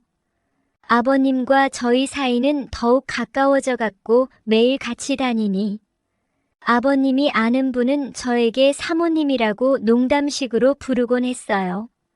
그런데 아버님은 그 사람들에게 농담 그만하라는 말씀을 전혀 하지 않으셨어요. 그러던 어느 날 전화기가 울리는데 강원도로 자전거 여행을 갔던 남편의 동호회 회장님의 번호였고 바로 전화를 받으니 남편이 자전거를 타다가 교통사고로 지금 병원에 있다는 것이었습니다. 저는 울며 아버님께 전화를 드렸고 함께 차를 타고 강원도로 급히 올라가 병원에 도착하니 남편은 하늘나라로 떠나버리고 말았더라고요. 저는 젊은 나이에 혼자가 되어버리고 말았습니다. 막상 남편이 너무 일찍 저 세상으로 가버려서인지 저는 이제 어떻게 살아야 할지 걱정이 되었어요. 남편이 가진 돈이 별로 없었기 때문에 당장은 아버님 댁에서 살 수밖에 없었어요. 그때 아버님은 저를 부르시더니 이렇게 말씀하셨어요. 이 집을 나가지 말고 여기서 나랑 같이 살도록 하자고 했습니다. 저는 제가 하고 싶었던 말을 아버님께서 말씀해 주셔서 안도하며 그 말씀을 듣자마자 아버님께 얘기했습니다. 아버님 너무 감사해요. 제가 잘할게요, 아버님. 지금 살고 있는 집은 큰아들에게 주고 다른 집이 하나 있으니 그곳에 가서 같이 살자고 했습니다. 그렇게 아버님과 함께 새로운 집으로 이사 가서 살게 되었어요. 그 집은 지금 살고 있는 집보다 비교가 안 될 정도로 더 크고 웅장한 집이었습니다. 아버님은 이미 저하고 살 수 있도록 저에게 맞게 인테리어와 가구를 해놓으셨더라고요.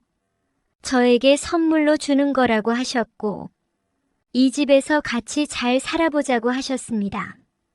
어느 날 아버님과 술을 한잔하며 앞으로의 계획에 대해 이야기를 하게 되었는데, 이런저런 이야기를 하며 술을 한 잔, 두 잔 마시다 보니 취기가 올라왔습니다. 그날 저와 아버님은 시아버지와 며느리의 선을 넘어서고 말았습니다. 아버님과 저는 잠시 침묵이 흘렀습니다. 그 침묵 속에서 제가 먼저 속마음을 말씀드렸어요. 아버님, 앞으로 아버님만 바라보고 살아갈 거예요. 이제부터 제 낭군이 되어주세요. 그래 주실 거죠? 아버님이 미소 지으시며 말씀하시더라고요. 내가 원했던 게 바로 그거야. 나도 평생 너 하나만을 바라보고 살 거다 했어요. 그리고 아버님은 너무나 좋아하셨어요.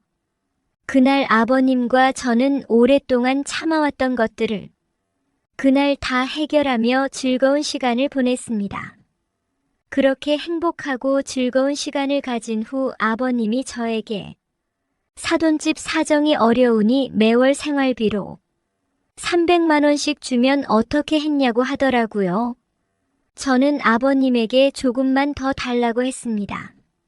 아버님은 기분이다 알았어 하며 500만 원씩 저희 집에 생활비로 보내겠다고 했어요.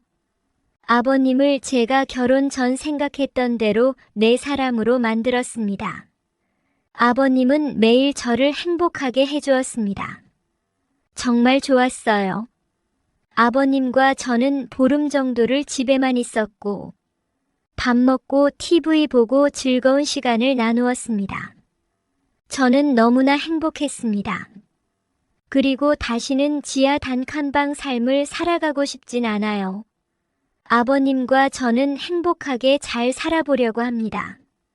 감사합니다. 오늘의 사연은 여기까지입니다. 구독과 좋아요, 알림 설정 부탁드립니다.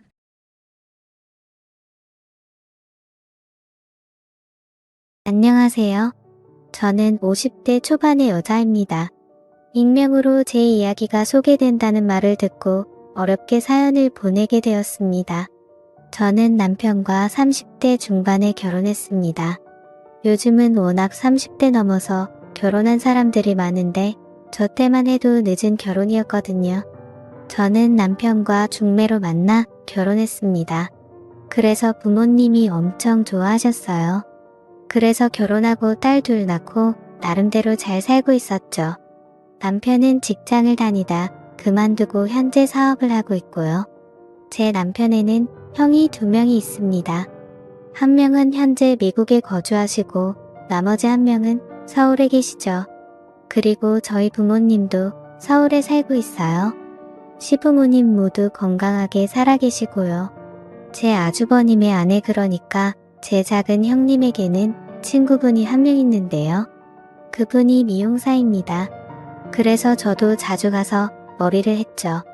저희 집에서 그리 멀지 않은 동네에서 미용실을 하시는데 꽤 실력이 좋으시거든요. 그날도 염색을 하려고 미용실에 갔어요. 그런데 문이 잠겨 있더라고요. 잠시 외출했나 영업을 안 하나 생각이 들면서 내일 다시 와야 하는 고민이 들더라고요.